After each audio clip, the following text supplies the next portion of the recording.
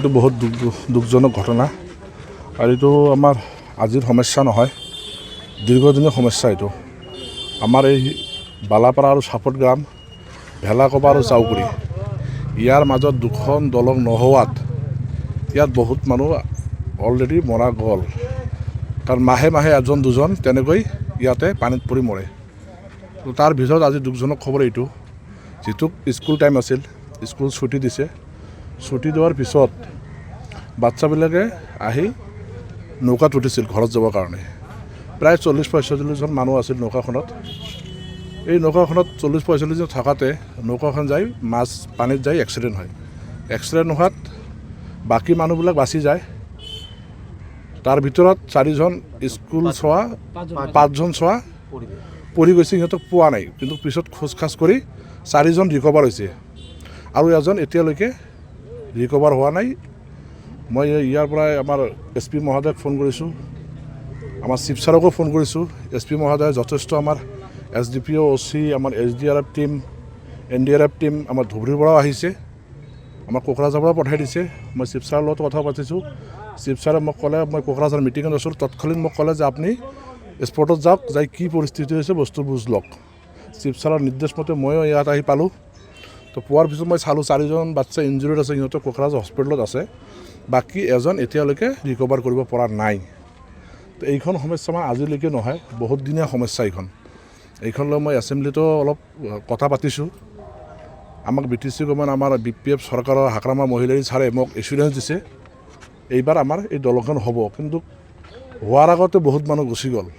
মই আশা কৰোঁ যাতে আৰু নহয় এনেকুৱা কাম, আল্লাহ বা ভগৱানে যাতে এনেকুৱা আৰু কাৰো এনেকুৱাকৈ মৃত্যু মুখত নেপেলে। আৰু আমি যেনেকৈ হওক দলংখনৰ কাম আমি সোনকালে ষ্টাৰ্ট কৰিবৰ কাৰণে মই চেষ্টা কৰিম। মোক আজিও চিফ ছাৰ মাতিছে, কিবা আলোচনা কৰি হয়তো 2-1তে কিবা এটা ডিচিশ্যন ল'ব আৰু কি। মই এইটো চিফ ছাৰে মোক পঠাইছে ইয়াতে। চিফ ছাৰ মোক নিজে ফোন কৰি কৈছে আপুনি তাত স্পটত যাওক। কিন্তু এতিয়া মই ভুক্তভোগীৰ লগত কথা পাতিব পৰিৱেশ নাই। মই যে এতিয়া যে কথা পাতিম সেই পৰিৱেশটো নাই। যিটো মানুহজন ৰিকভাৰ হোৱা নাই, চব মানুহ কান্দি কাটি পাগলা হৈ আছে।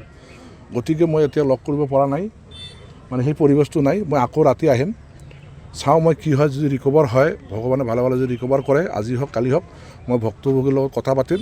আৰু চিফ ছাৰে আমাক এটা এছুৰেঞ্চ দিছে, চিফ ছাৰে আমাৰ BTC গভৰ্ণমেণ্টৰ পৰা কিবা একটা আমাৰ অনুদান দেওয়াৰ আমি চিফ ছাৰে মোক অলৰেডি এছুৰেঞ্চ দিছে আৰু কি, BTCৰ পৰা কিবা এটা অনুদান দিব আৰু। আমাৰ ঘাটত, আমাৰ এইখন ঘাট বহুত দিন ধৰি চলি আছে।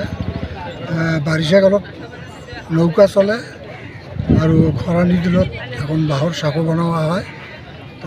মানে বাৰিষা কাল আহিছে, এতিয়া আমাৰ নৌকা দি স্কুলত ছাত্ৰ ছাত্ৰী, গাঁৱৰ মানুহ, বালাপাৰা গাঁৱৰ মানুহ অহা যোৱা কৰি থাকে চাউটকাম পথাৰত।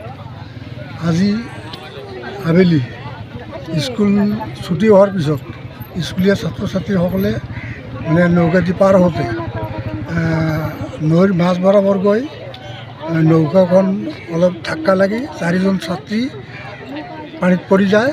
3জন ছাত্ৰীক উঠোৱা হয়, এজন ছাত্ৰী যে অপৰ ছাইডত পৰিছিল এইটো মানে এইটো দেখাই পোৱা নাই, যাৰ কাৰণে এটা ছোৱালী নোহোৱা হৈ আছে বৰ্তমান। চৰকাৰকতো আমি প্ৰতি বছৰে যেতিয়া ইলেকশ্যনৰ সময়ত MLA বা MCLA বা MP আহি আমাক প্ৰতিশ্ৰুতি দি যায় যে আমি এইখন ঘাট আমি ব্ৰিজ বনাই দিম।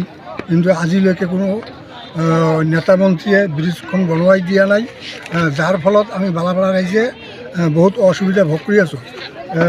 যে আমাৰ যে চাউটগ্ৰাম ৰেল ব্ৰিজ আছে, ৰেল ব্ৰিজ দি মানুহ যদি অহা যোৱা কৰি থাকে, তাতো মানুহ পৰি বহুত মানুহৰ মৃত্যু হৈছে। আমি চৰকাৰক এইটো অনুৰোধ কৰোঁ যাতে চৰকাৰে এই ঘাট বন্ধ কৰি দি এখন ব্ৰিজৰ ব্যৱস্থা কৰি দিয়ে, নহ'লে আমাৰ বালাপাৰা ৰাইজৰ প্ৰায় 1000তকৈও অধিক স্কুলৰ ছাত্ৰ ছাত্ৰী বহুত অসুবিধা ভোগ কৰি আছে।